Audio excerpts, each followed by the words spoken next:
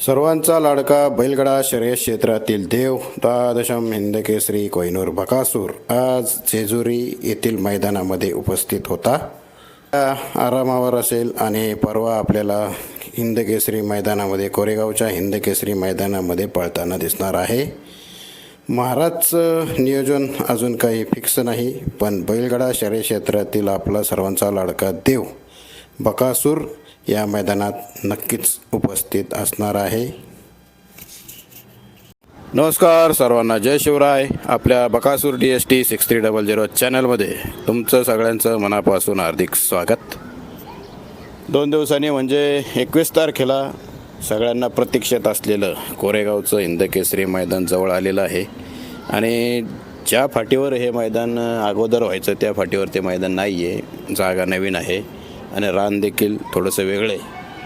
12 फाट्या आहेत मैदानाला, 900 फुटाचा पल्ला आहे आणि 14 फूट या 2 फाट्यांच्या मधलं जे अंतर आहे ते 14 फूट आहे. 900 फुटाचा पल्ला असल्या कारणानं ज्या गाडीला तळापासून गती लागेल ती गाडी आपल्याला विजेती होताना दिसेल. बैलगाडा शर्यत क्षेत्रामध्ये 2 नंदीचा ताळमेळ आणि ड्रायव्हर या तिघांचा ताळमेळ सुरक्षित पद्धतीने जुळावा लागतो, त्यावेळेस ती गाडी 1 नंबर करत असते.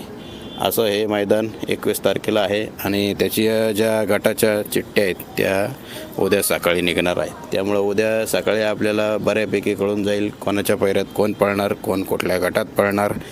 आणि आपल्या सर्वांचा लाडका बैलगाडा शर्यत क्षेत्रातील देव द्वादशम हिंदकेसरी बकासूर कोरेगावच्या मैदानासाठी सज्ज झाला आहे.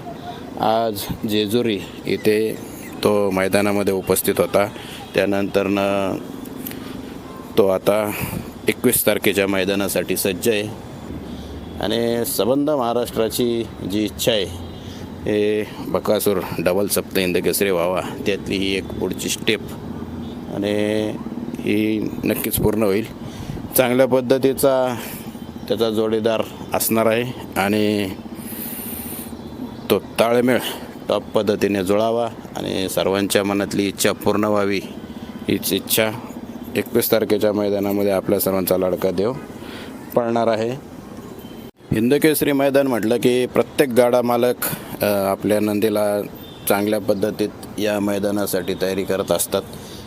पैऱ्याचं नियोजन त्या पद्धतीचं असतं आणि खरा खेळ कोण कुठल्या गटात पळतो, कोण कुठल्या सेमीमध्ये पळतो किंवा फायनलला कोणाला कुठलं तास लागतं यावरती बराचसा निकाल ठरलेला असतो.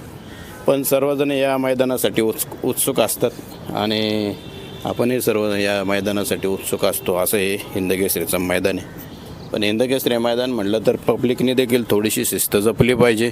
निकाल रेषेपासून साधारणतः 100-200 फुटावर आपण स्वतः थांबलं पाहिजे, जेणेकरून तासावरनं जे काही नंदी पळतात त्यांना त्या पद्धतीने चांगल्या पद्धतीने पळता येईल. आणि पब्लिकचे जे तास असतात त्याच्या दोन्ही साईडला बरंचसं वॅरिगेशन केलेलं आहे आणि बसायला देखील चांगली सोय केलेली आहे. त्यामुळं त्याच्यावर बसून शर्यतीचा आनंद घ्या. पब्लिकच्या कडची जी तास आहे त्याच्यापासून दूर राहा, समोर निकाल रेषेपासून दूर राहा. कारण तुमची ही शिस्त एखाद्या चांगल्या नंदीला विजेतेपद देत असते, किंवा मग तो नवीन असो किंवा जुना असो किंवा सगळेच असो. तर हे खूप महत्त्वाचं असतं. पब्लिकने स्वतःची शिस्त जपली पाहिजे आणि हिंदकेसरी मैदानाची शोभा वाढवली पाहिजे. पुन्हा एकदा सर्वांचा लाडका बैलगाडा शर्यत क्षेत्रातील देव द्वादशम हिंदकेसरी कोहिनूर बकासूरला 21 तारखेच्या मैदानासाठी शुभेच्छा.